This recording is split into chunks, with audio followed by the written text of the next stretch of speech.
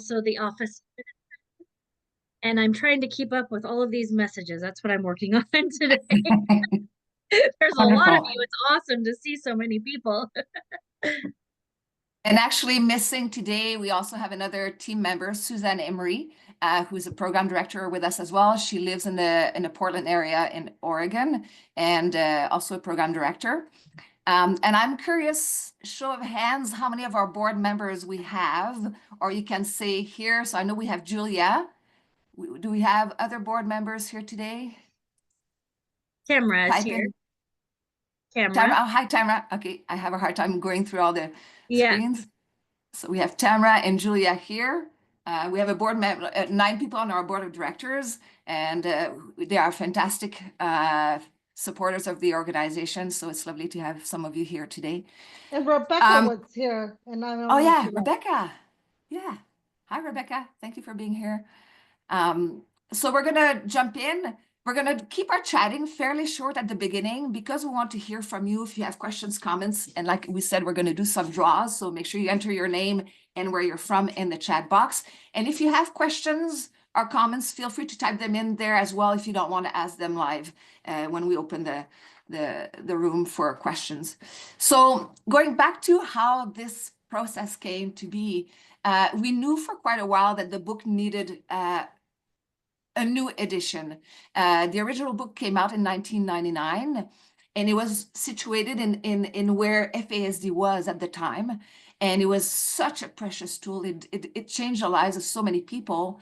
And we were at a time when we needed to revisit the language, the illustrations, how we were speaking to FASD. And we really had in mind to actually do a 4th edition. So we were thinking we're going to do a 4th edition. It might be more significant than the previous editions.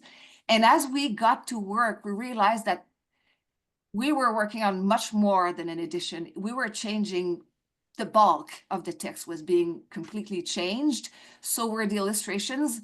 And at that time, we realized that it actually was not an edition. It was actually a new book, same title, different subtitle, but it was to really represent the fact that it was a significant change from the previous material. As we were working through this book, we also wanted to be more inclusive of all brain-based differences. Because we know there's a lot of misdiagnosis that a lot of people may not know they have FASD. We wanted to make sure that they had access to this material, and we wanted to change the tone to a much more hopeful tone than what was used in the past. So that was part of our idea. And as such, we actually hired, and he will be joining us very shortly. We hired an illustrator to actually do all the images in our book. Diane was involved. We were in communication with her throughout the process, and it was her idea, her decision to actually not be a co-author on this book. Because she felt that this was a different, it was like she left the organization 9 years ago, and she felt like we were now the ones who were speaking to this new version. And it was just, she felt it was time for her to not be on the authorship for this. And so it was a joint decision. It was a very common decision. That being said, the book remains, the copyright remains with Facets. So the copyright is not with the authors. The copyright is with Facets as an organization, as was the previous 3 editions from Diane. What else can I say? You'll see that for continuity purpose, we kept it, our little purple book remained purple, but it's a darker purple because people always refer to a little purple book. And just know that the ebook is in works. It's just we've been having a few little issues with the ebook. And down the road, later will come an audiobook. And I'm just curious, is Perry with us right now? I Not haven't yet. seen him come in yet.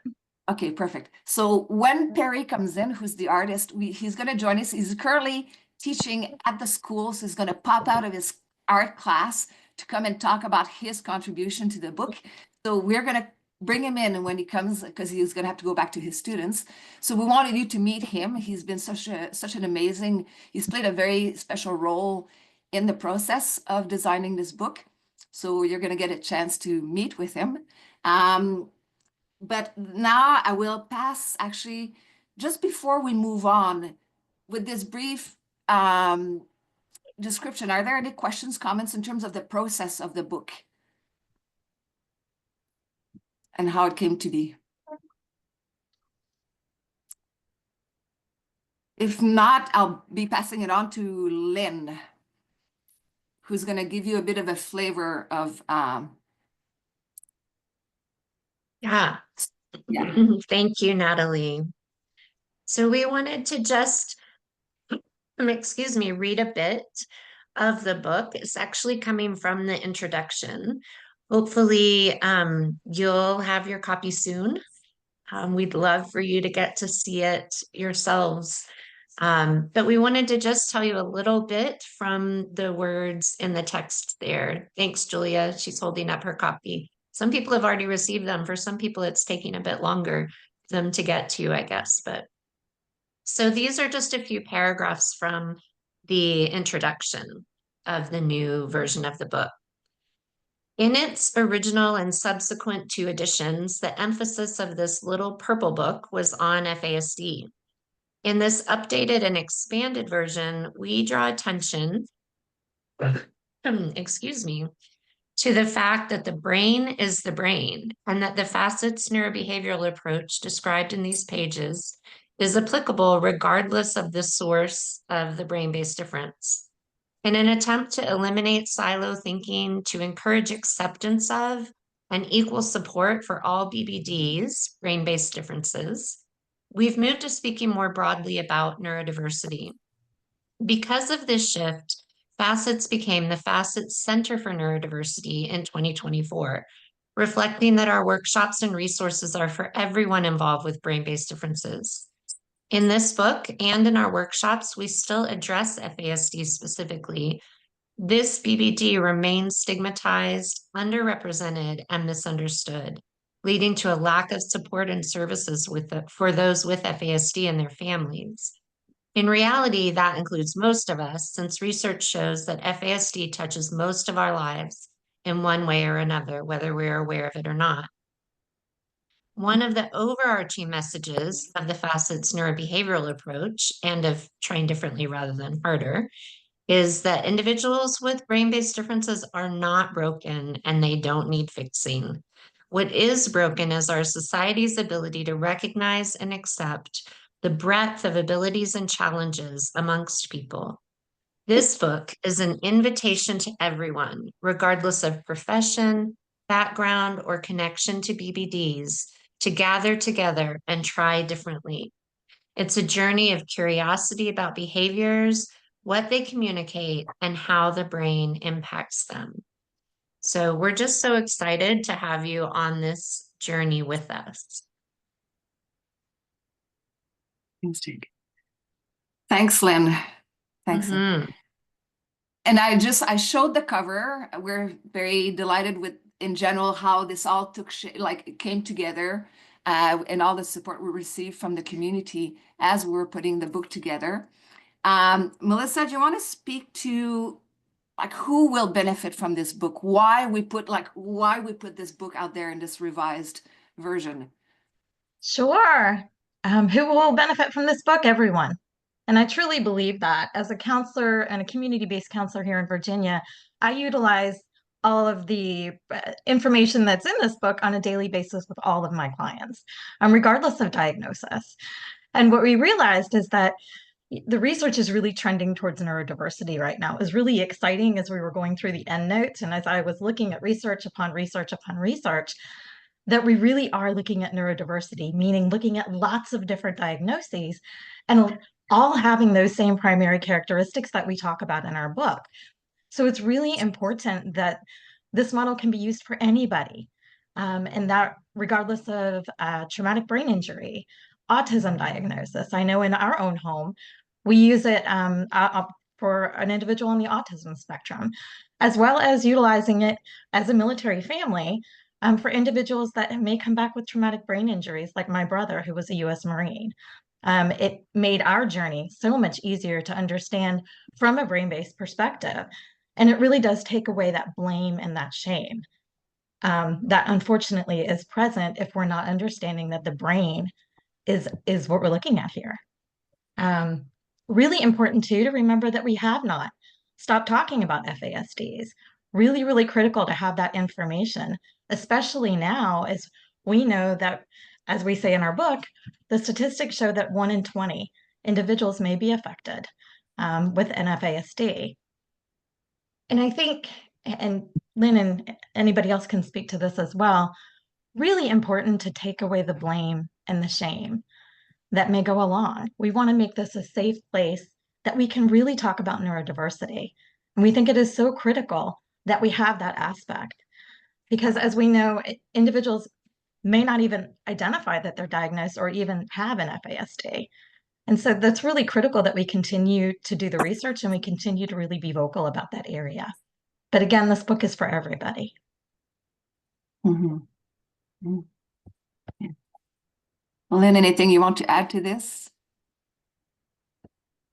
I think just one of the things that we're excited about is that we know that most people with FASD specifically aren't diagnosed with FASD. They may be diagnosed with lots of other things, but so it's interesting to us that sort of in an upside down way, taking away the barrier of naming FASD right on the cover may actually allow a lot more people who have FASD to be aware of what's happening. And that was a part of our motivation, as well as broadening out to the larger community of neurodiversity. Yeah. Mm-hmm. Thanks, Lynn. Yeah. I'm going to pause here and I'm looking at Stacy. Stacy, would you mind pulling a name for our first book draw? Sure.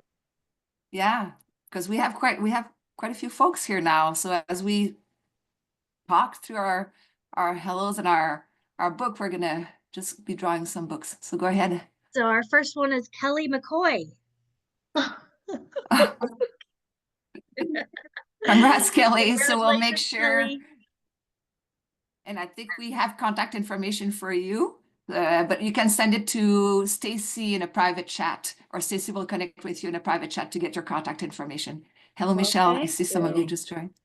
Thank you so much. I feel very lucky. I feel very lucky to be with all of you today and learn a little bit more about neurodiversity. And I have several people in my scope who struggle with that. So it will be very interesting to read the book. I'm thrilled.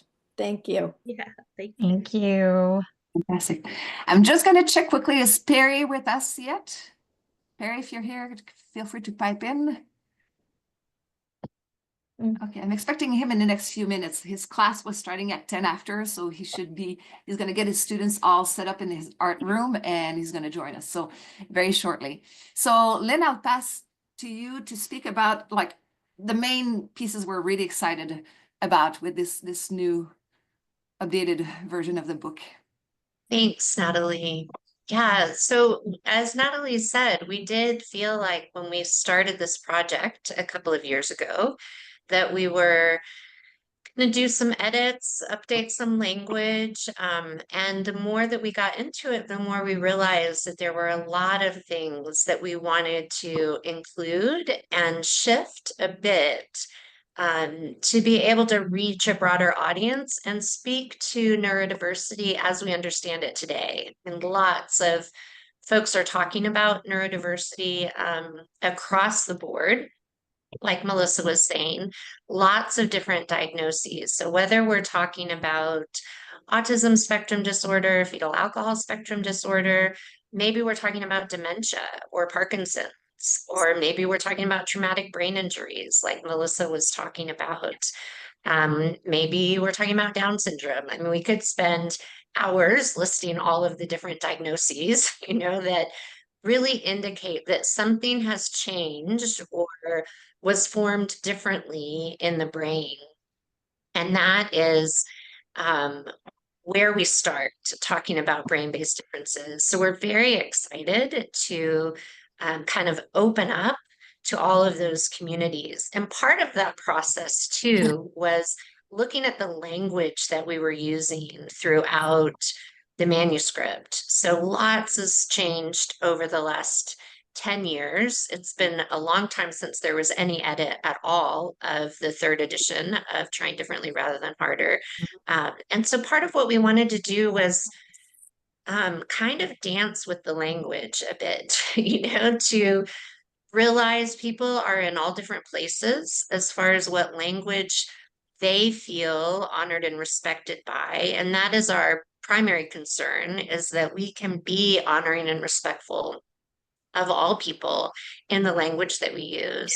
So we're constantly at FASCETS really trying to listen to the community with lived experience of neurodivergence and shift our language around that. So you'll see some changes in this new version of the book in the ways that we talk about neurodiversity. We tried to kind of use different words at different times, knowing that people are in different spaces of their own journey, but really begin to think more and more about how the language that we're using is impacting individuals, is impacting stigma, it is even impacting research and interventions that other people are using, the supports and accommodations that we really recommend and encourage people to creatively come up with through the FASCETS neurobehavioral model. So you'll see all of that. And part of that is, like Natalie mentioned, a real focus on positivity, on the possibilities that we have all seen the FASCETS neurobehavioral approach offer to so many families, to professionals, to people living and working with people with neurodivergence.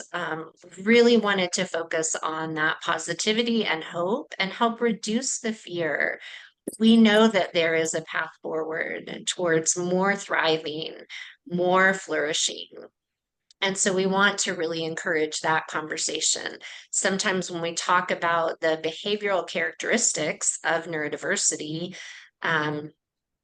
we end up talking about that, about challenging behaviors. We end up talking about it in ways that can sound kind of scary and overwhelming.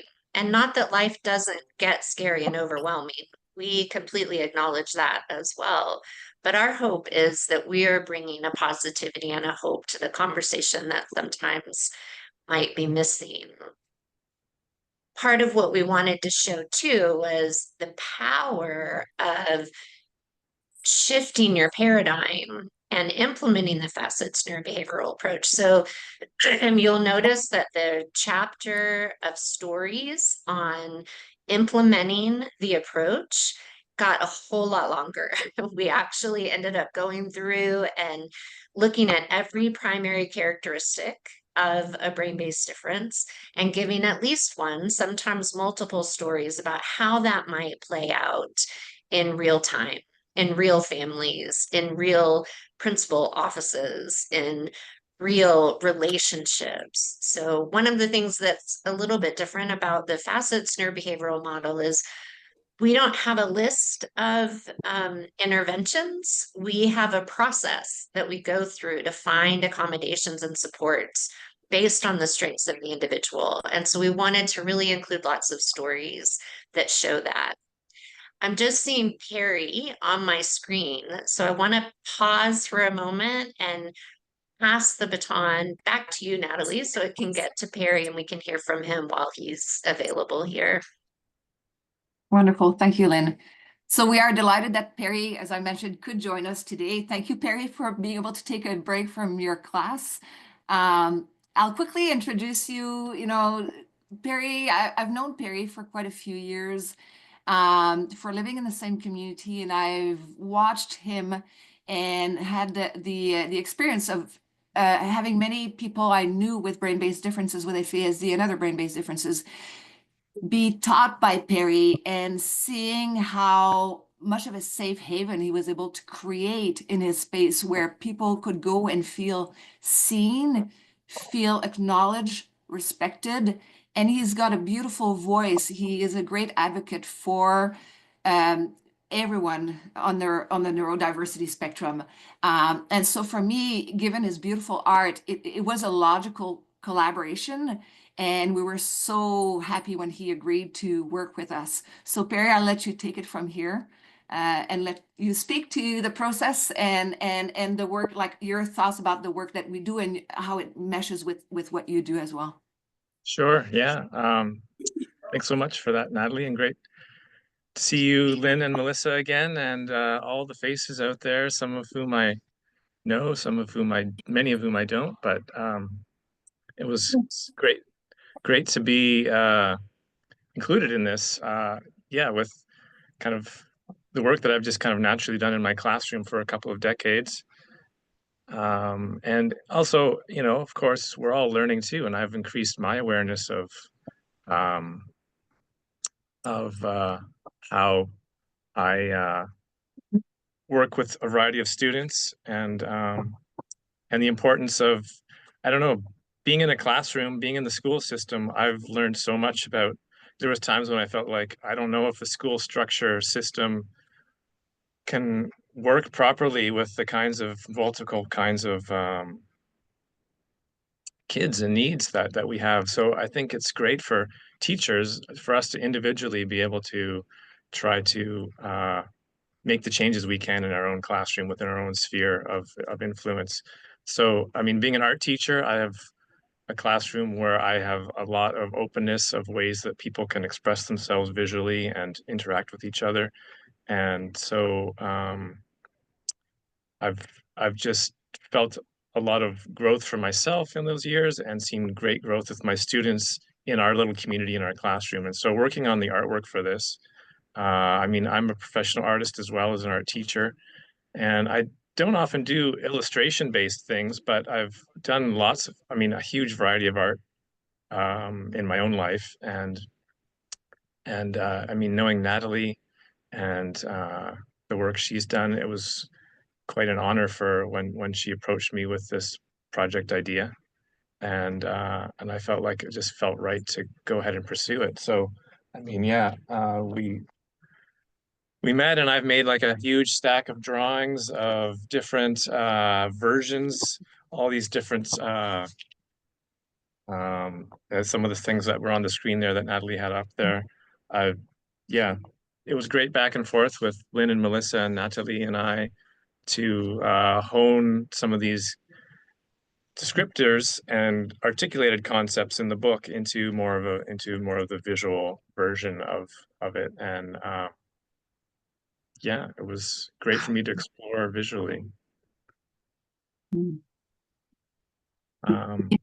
Maybe to mention that Perry, through his art, he would come back with an idea and we'd look at each other, literally like the three of us, and say, whoa, like we never thought about it that way. And so you helped us actually see our material through a different lens because you were coming at it from a very different perspective. And it was such a fabulous process for us.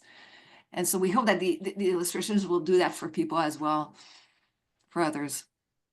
Yeah, the multiple ways of understanding different things, whether visually or with words, or I know when you do your workshops as well, then just having it spoken is another way of understanding it and seeing things in action that way. But yeah, it was great. I really enjoyed pushing myself into this area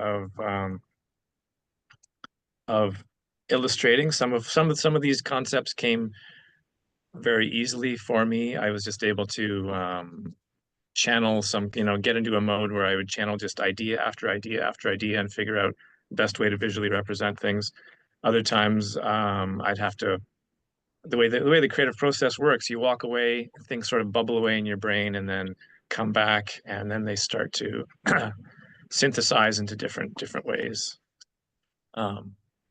Yeah, and then I know also part of my assignment was redoing some of the charts and some scientific based things, which was also an interesting thing for me to tackle because I didn't want it to look too medical, I guess, no too clinical, but still have a kind of organic look to it. And for those of you familiar with the windows of vulnerability type chart, or so he was able to give it a new flavor while still providing with the same information. And so it just makes it, like he said, less clinical and in our opinion, very engaging as a new illustration. Yeah, thanks. I don't know if anyone has any questions or anything about how the pieces went or my process beyond what I've mentioned or anything like that. Happy to speak to anyone who wants to, but also I know I popped in and when you were in the middle of some other discussion, so I'm just kind of showing yet another, hard to see, but with the windows of vulnerability is a kind of a very nice new take on it. So yeah. So any questions for Perry? Because I realize we're taking you from your class. that's right. Everything's humming along well in my class at the moment. Well, we thank your students too. Yeah. Yeah, I've got that particular thing that Natalie was just showing. I mean, I did those on large format things, and I also made use. In my classroom, I have light tables, so I was constantly. These were all done directly, ink on paper. I didn't use an iPad or anything to draw things. So I would use my light table to sort of trace things and reformat things, that kind of thing. And I'd make sketches and notes on each sheet, but I won't be able to go through all of these, of course, but this is just a sample. This is a sample of the multiple ways that I've tried to reinterpret things. But it just goes to show the more you look at things from multiple sides and the more inputs you get from other people, then the richer something gets, for sure. Okay. Questions or comments for Perry before we move on?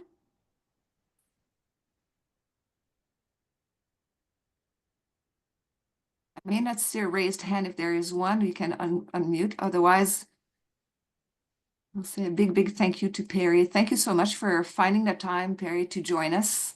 Really appreciate. Yeah, happy to. It looks like you've got a great great buzz happening here, and I hope the book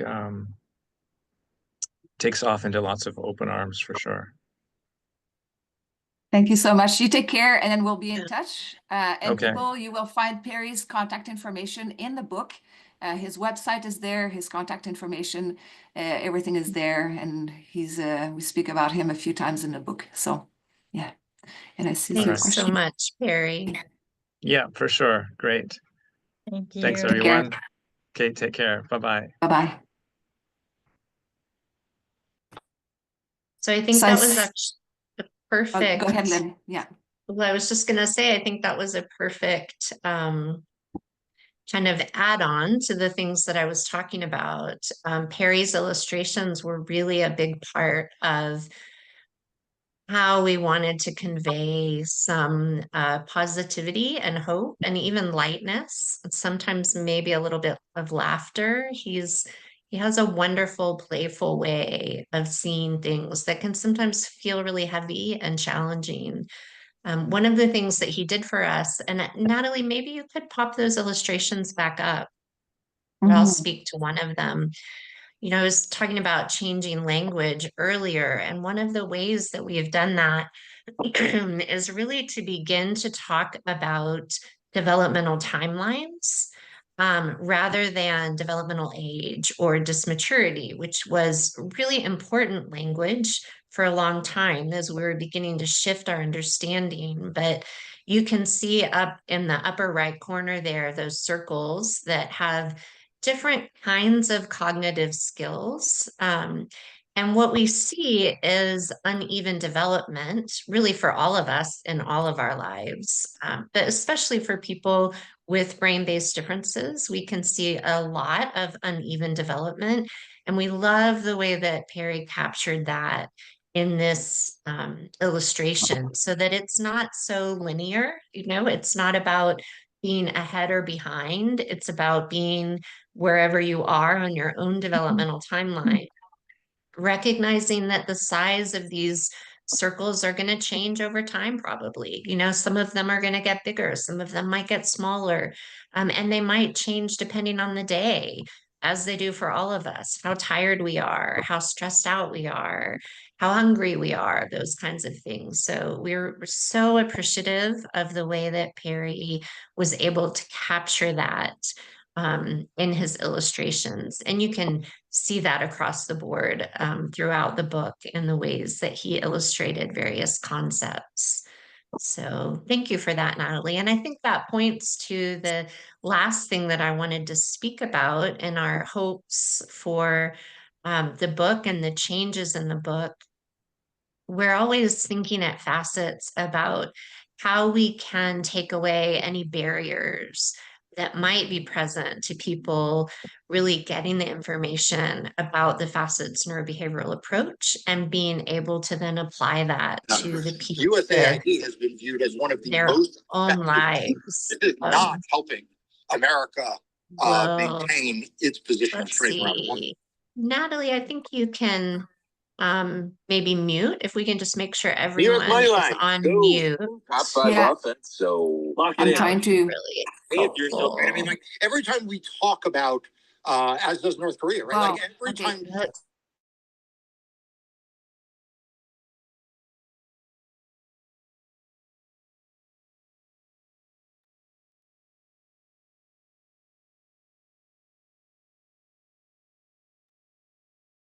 Sorry about that. Okay. Hopefully I'll stay unmuted now.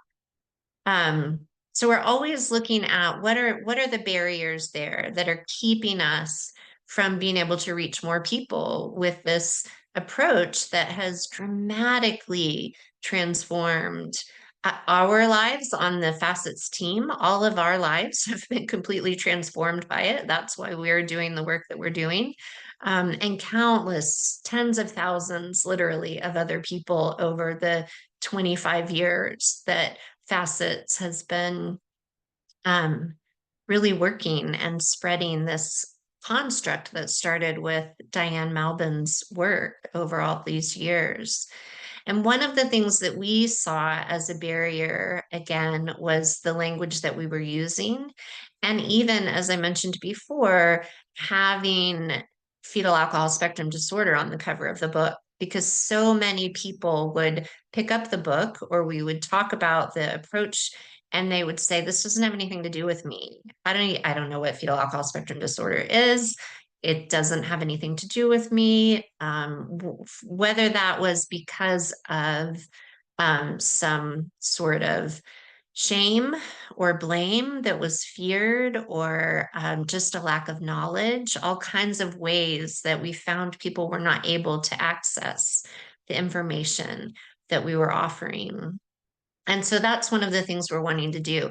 It's another reason why we brought the illustrations in. There are many, many more illustrations in this book, because we know that all people learn differently, right? And there are also a lot of words in the book, but sometimes that doesn't work as well for a person to really be able to understand a concept. And so we wanted to offer the illustrations as well, so that we're actually doing what we teach, right? We teach that we want to build on people's strengths and meet them where they are and accommodate any needs that are there. And so we wanted to do that in this new version of the book as well. So yeah, is there anything that y'all would like to add? Natalie, Melissa, Stacy, anything I missed? I think you covered everything. Yeah, Thank you. I think you said it beautifully. Stacy, do you want to do another book draw? And then meanwhile, there was a question about whether or not Perry has an FASD. Not to my knowledge, but he is very involved. He's surrounded by many individuals with brain-based differences, and he's extremely aware of what that means, and he's learned over the years, as he was describing while he was talking to us, both in the classroom, but in community and in his family. He has firsthand experience of his own, but not as a person with FASD. All right, drum roll. We've got Kim Mork. Kim. Hey. Sweet, lovely. Hi, Kim. So Kim, if you want to make sure, so Stacy and you can. Hi. Yay. So excited. Thank you. And I'm gonna woohoo for you too, Kim. Woohoo. Yeah. Thank you, Amy. Yay. Woo. So Kim, just make sure that you send me your contact information so I can send out a book to you. Just put it on that chat. You can, Mhm. yeah, you can do a private chat. That's fine. And then I can get that. Yep. Okay. Thank you, Kim. Congratulations. Wonderful. Can we still, so somebody's asking, can we still use a third edition? So the third edition, again, so the language is a departure from what we're using now. So some people really love it, but the language is actually not current anymore. So to consider that, and it can be pretty with today's standards, some of the language can be considered judgmental or fairly heavy. And so I would use carefully. We chose to not to actually to change it because of that reason, and also for the illustrations that we felt were not appropriate anymore. As such, we're not actually selling it. We're not printing it anymore. It's out of print at our end. I guess Amazon still has some copies that they're finding. We don't know where. They're not our copies, and they haven't suspended them yet. But we highly recommend using the newer version to really situate FASD and other brain-based differences in the current era, in the current language, with the all the respect that it deserves. If I Yeah. could just add to that, Natalie, that even though we have broadened out to all neurodiversity, you'll actually still find the same statistics, the same information about FASD. There's a section on FASD specifically. And at the end of the book, there are two different sections of facts, one specific to FASD and one's just for brain-based differences in general. So if you're concerned about not having the information specific to FASD that was in the third edition, you will still find it in the new version. It just looks different. Hey, well, this is Amy Hendricks with Proof Alliance, North Carolina. Thank you for answering that question. My only concern is that we are a grant funded program and we had purchased, there's probably still around 100 copies. And there are clinics in our state that actually give those out to families and they're in circulation. I was wondering if you all had considered doing any type of language guideline updates that we could attach with the old book. And also Kim Mork, who just won the new book, is one of our certified FASD trainers in North Carolina. So yay, Kim. And we're going to be training 7 to 10 new trainers in 2025.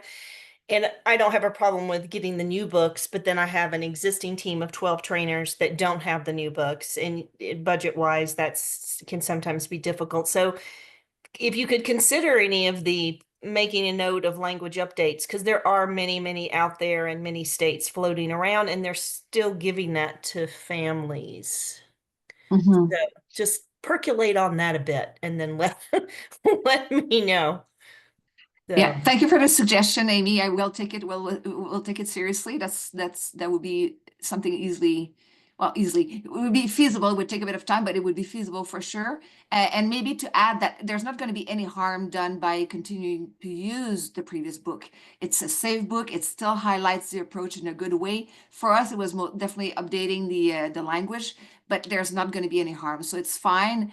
And maybe now, if other people want to buy the book, to let them know that there is an updated version, that might be it. But I also have some left of the third edition myself, to be honest. And there will be time when we'll say, like, if we can, we'll just pass them on at a discount potentially. So yeah.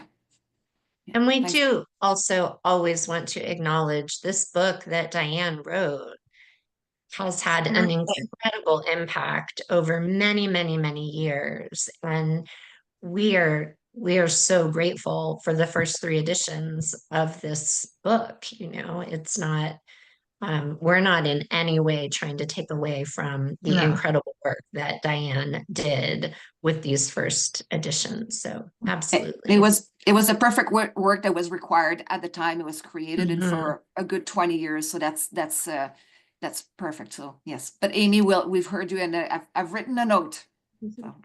It's very much still relevant, though, the Absolutely. third edition, even the second edition.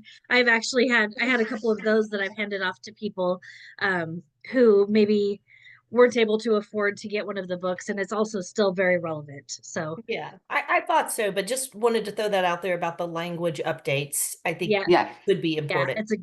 Thank you, Amy. No, Cindy. thank you guys so much. Okay. Cindy, you have a question or a comment?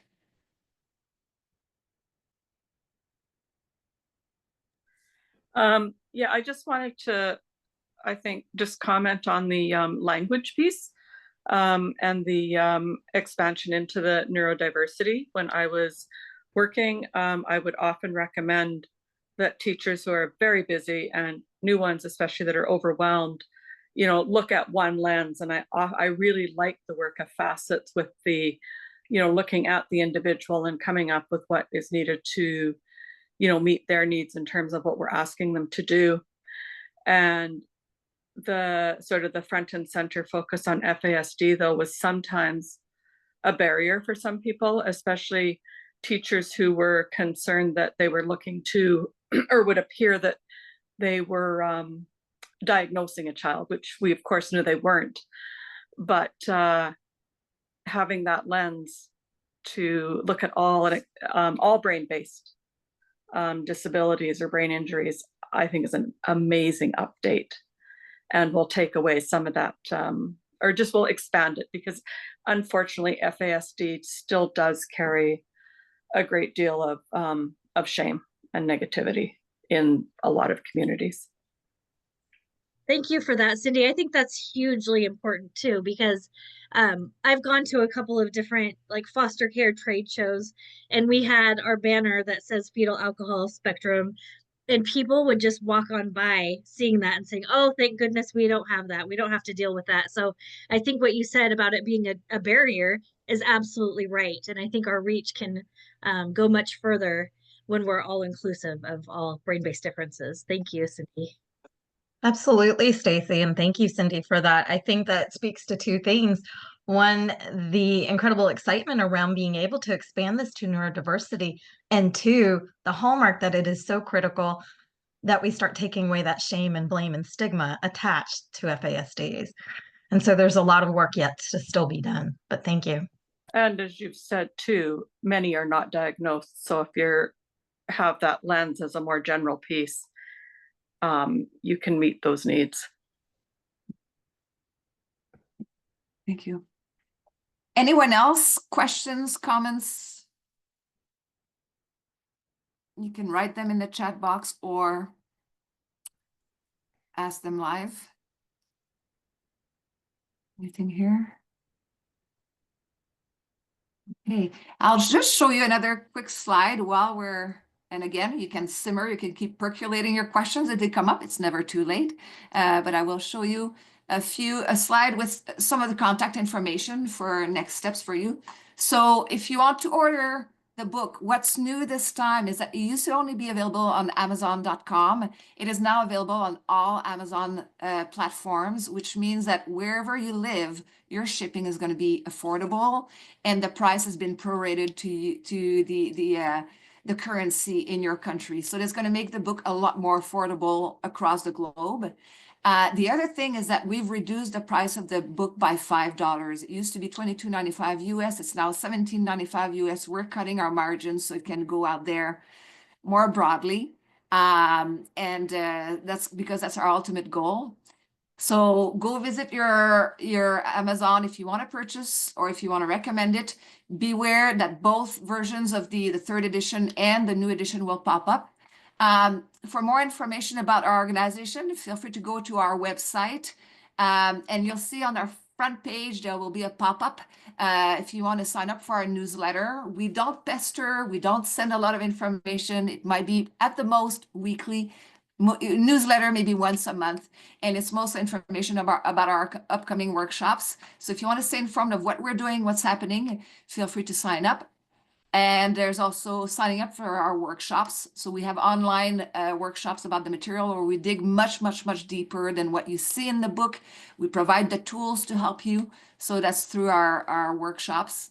And if you have our book, if you've read it, we'd love for you to go and write a little review on our Amazon page. Please, please, please. The more review we get, the more the word goes out there. And so please go and write a little review. And I will add that at FASCETS, we are an entirely self-sustained organization. We do not receive any grant funding from state, from federal, from anywhere. So what we are able to do is because of the funds we raise through our book and our workshops.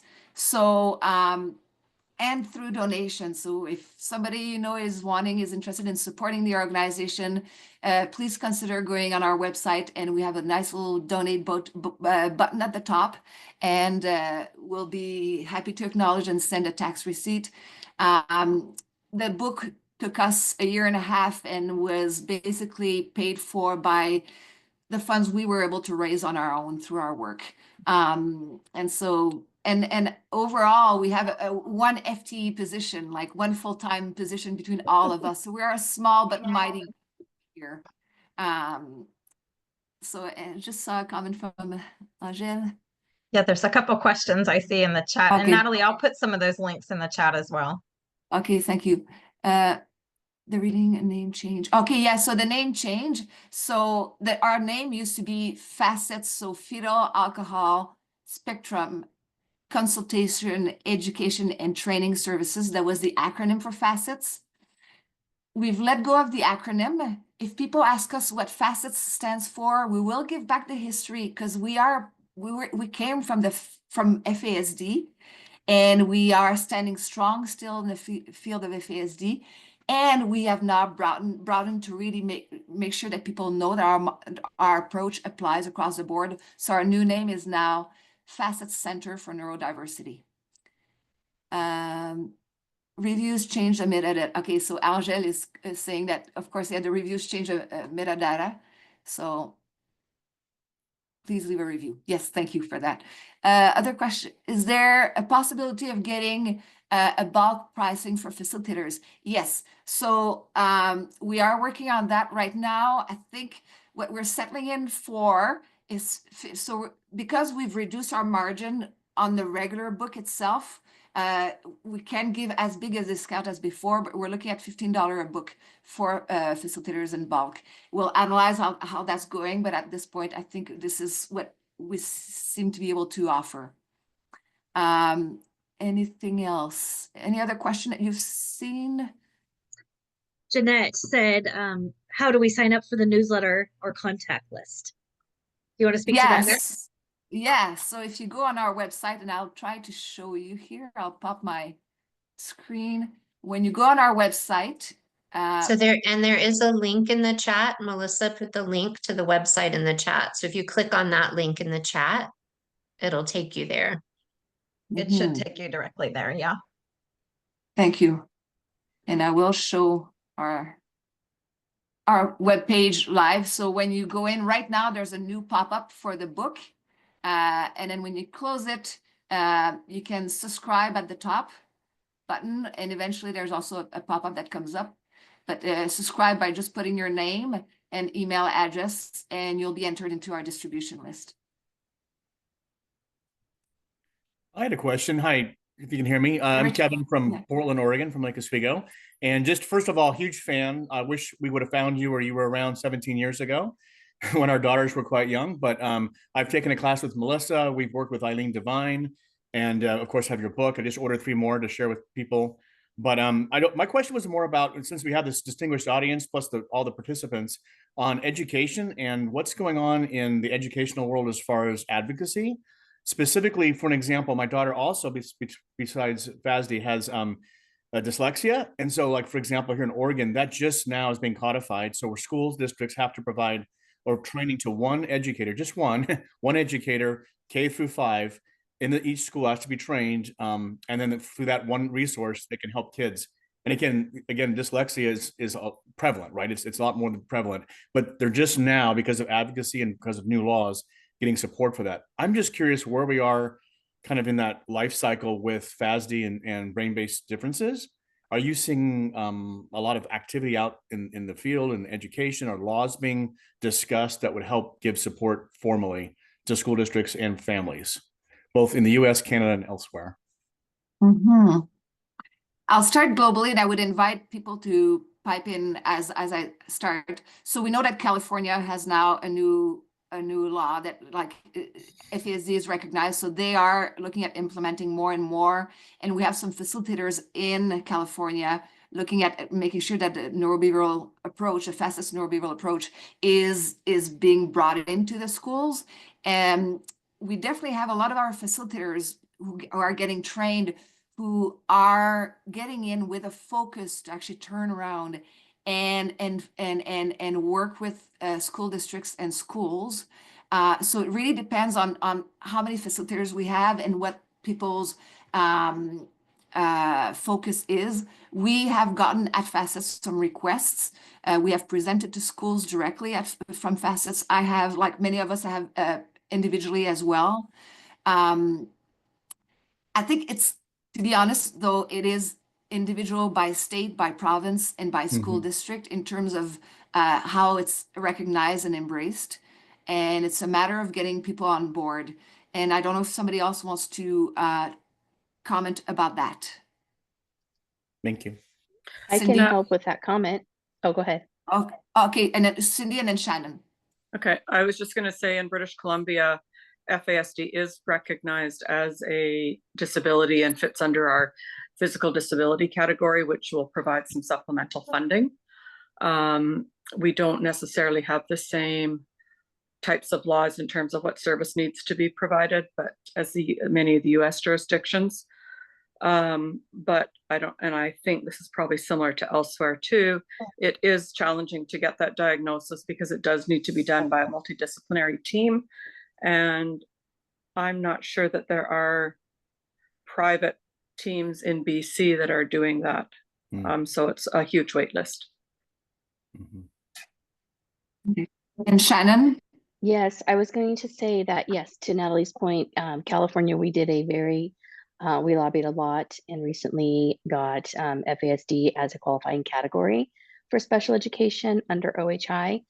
There are other states like Colorado and I believe Minnesota, but they are all in Alaska, and they're working on that as well. Colorado really has adopted a wonderful program for education. Here we have an organization called FASD Now. We're really trying to get the word out for education and what strategies work better or differently than some of the effective or evidence-based practices that they're so commonly used to using. And so we are definitely moving in that direction and trying to train, do professional development in education systems in regards to and bringing in this neurobehavioral approach as opposed to, like I said, those standard practices. So that is definitely something that is on the move and working, and hopefully more states will adopt it. But to Natalie's point, it is a state by state on what they are how they're going to adopt that. Additionally, I saw a question in here in regards to social care and justice settings. Yes, I'm going to answer that question yes as well. I know there are some research projects and other things in the justice system that are being worked out, as well as I know there's been a lot of foster care and adoption agency trainings in the neurobehavioral approach so that parents are equipped to, parent these children so they are not re-detained after reunification. Yeah. So yeah, I guess the answer to your question would be yes, and it's coming. It's just the momentum is there. It's just we need to get it moving, spinning faster. So hopefully that gives more hope to your question. Thank you. And I'll maybe add to the question from Jeff around social care and justice setting. It's actually not unusual to have workshops being delivered, to have workshop participants from both of these fields that come individually, or to be requested, like to have a request for a training for folks from those fields. So yes, it's the material is ready to be delivered and is extremely relevant. It's a matter of getting more people to see the interest and request. As such, you'll see one of our review is from a retired Judge Jeffrey, who saw the relevance of our approach in his daily work as a judge. So yeah, most definitely. Kristen, go ahead, Lynn. Well, I was thinking, I think Melissa had something to add there. I know she's done a lot of work with the justice system too. Sure. Just quickly, that I know in the state of Virginia, they're really beginning to examine FASDs in the system. And then we actually have a court here. It was 7 years in the making, and it took a lot of training. It is a family court, juvenile court, that actually utilizes the neurobehavioral model in parts and pieces. And it has had quite a bit of success. A small county here in Virginia, where everybody was neurobehaviorally trained and identified, able to understand FASDs and other neurobehavioral conditions. So there is a groundswell, there is a movement.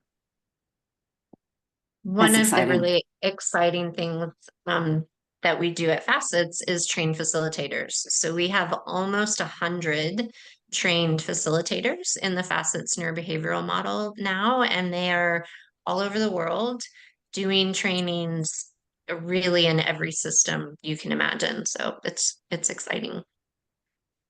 I want to hear Kristen's question. Yeah. I see you've got your raised hand, Kristen. I actually was going to answer the question my name is Kristen Erickson, and I work in the Massachusetts FASD area, and I know and love you, Nathalie, for doing training with us as well. I also work for FASD United. I did put a link in the chat for that organization, and we do have an initiative for federal legislation, and many states are working on local legislation, all with, similar but different avenues to try and advocate for more of the neurobehavioral model for schools, for every, aspect of what we do. So I just wanted to share that. Before I get to you, Shannon, because we're on the hour, in case some people need to hop off, I will say thank you for joining us today. It's been an honor to be sharing this time with our community, with all of you, and for very precious connections in this network. We'll stay on for a bit. So if you want to stay, if there's more comments, we're going to stay on. So feel free to stay. And you know where to find us. We do have one more book to give away. That's right.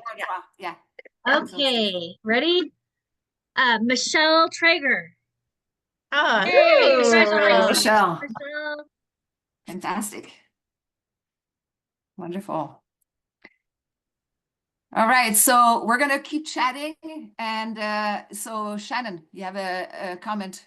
Yeah, I put it in the chat. I was just going to say that a lot of the trainings we are noticing are coming from parents in the IEP process. So a lot of it's not necessarily systemic at this point. It's a lot of individual requests. So if you are a parent or you are working with parents whose children are in special education, that is one avenue that they are getting trained on FASD and the neurobehavioral approach in schools. So I wanted to add that because I had forgotten to mention that earlier. Thanks, Shannon. Any other questions, comments, anything that people want to make sure that we address before we close the session? And I just want to say thank you to you all for coming, because I know for some of you, this is right in the middle of your day in the afternoon. And so really appreciate you all being here. And all the work that so many of you are doing Absolutely. Around the world. Yeah. Wonderful.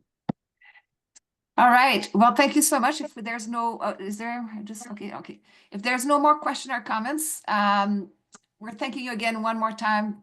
Lovely to see you all. And we are staying in touch. You know where to find us. We know where to find you. Many of you, we've already been in contact. And hopefully we cross paths again soon. at a conference or an event of some sort. So thank you. Have a lovely day. Thank Thank you. Nice you. to see everybody. Thanks, everyone. Thanks, Perry. Congratulations. Thank you. Thank you. Thank you. Good to see you.